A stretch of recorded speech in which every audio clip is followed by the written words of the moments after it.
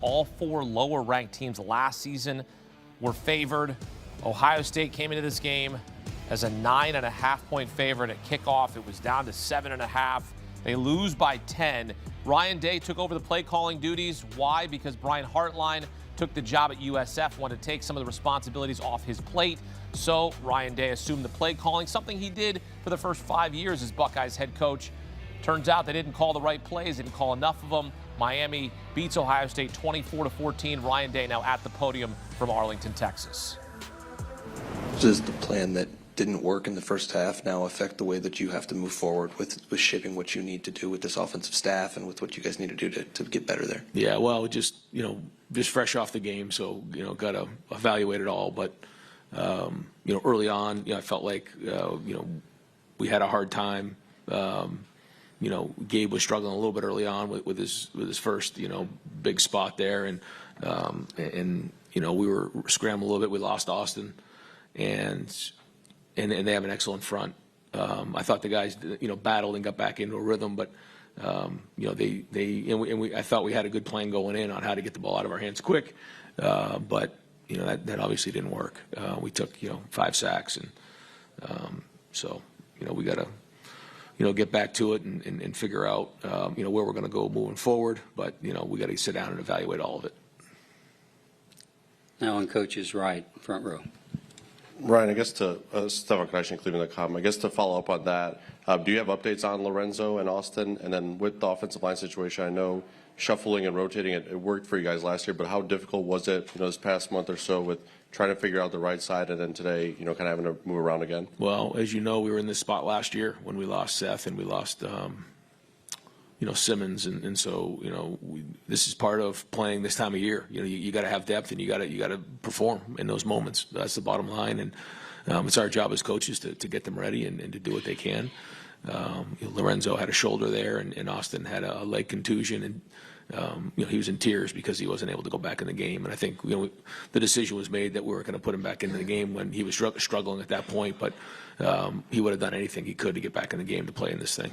He cares about his teammates and wanted to finish. So we got obviously got a team of guys that have poured a lot into this program, and some guys, this will be their last game as Buckeyes, and so it's going to hurt and sting, and so I want to make sure that they still know how much we appreciate everything they do and everything they've done for this program. But it hurts right now, and it hurts for those guys, and so they put a lot of work and time into this thing. So it's our job as coaches to make sure that we figure out ways to put them in a situation to be successful. So at the end of the day, it's our responsibility to do that, and we got to take a hard look at that and figure out what it is that we got to get done to get better. With Lorenzo, is it the same? Has that been a nagging thing for him this season? He's been dealing with a shoulder all season.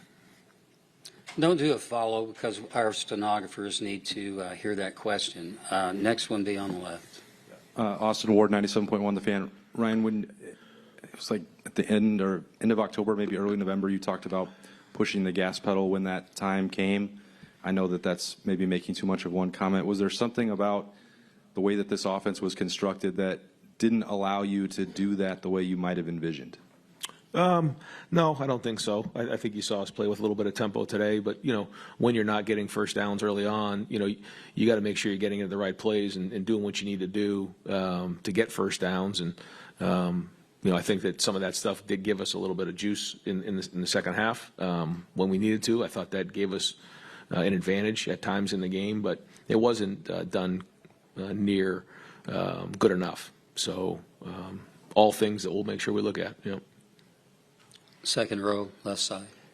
Yeah, Jake Trotter, ESPN. Ryan, you guys gave up 6 sacks during the regular season, 10 combined in the Big Ten championship, and then tonight. What happened with the pass protection? Because it clearly impacted the offense.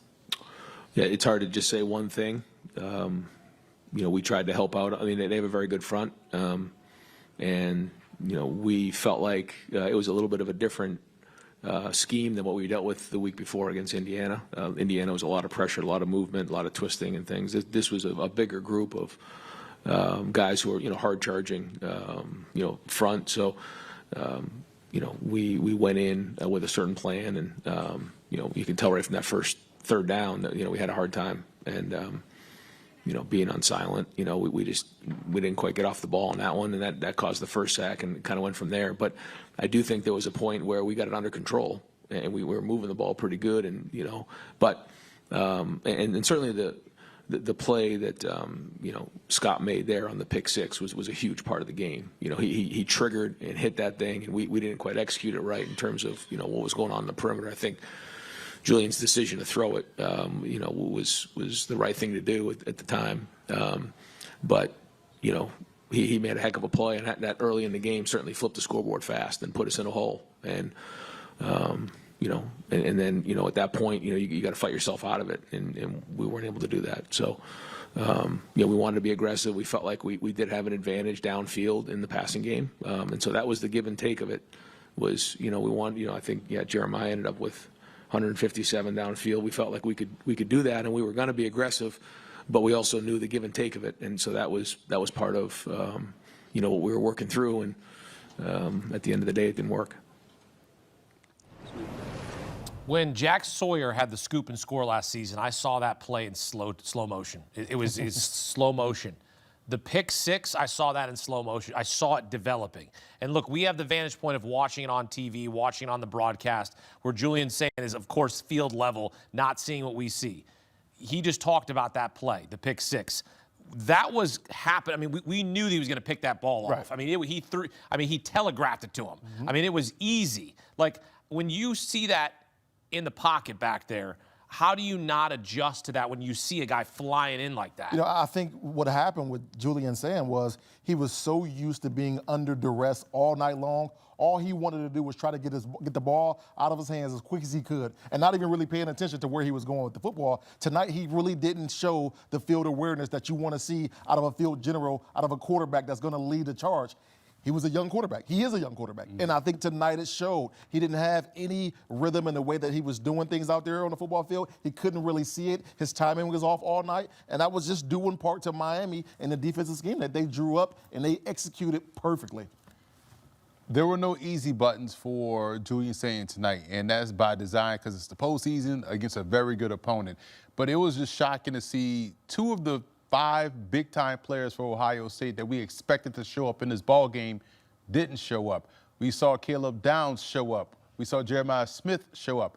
Julian Sayin, we're talking about, didn't show up. But also those 2 linebackers. We didn't see enough impactful plays for Sonny Styles nor Orville Reese. We kind of figured out if Orville Reese was playing or not because we didn't hear his name at all. But for Sayin, it was just one part of 3 big-time players that didn't show up. So when you look at Miami's big-time players, they all made plays to win the game.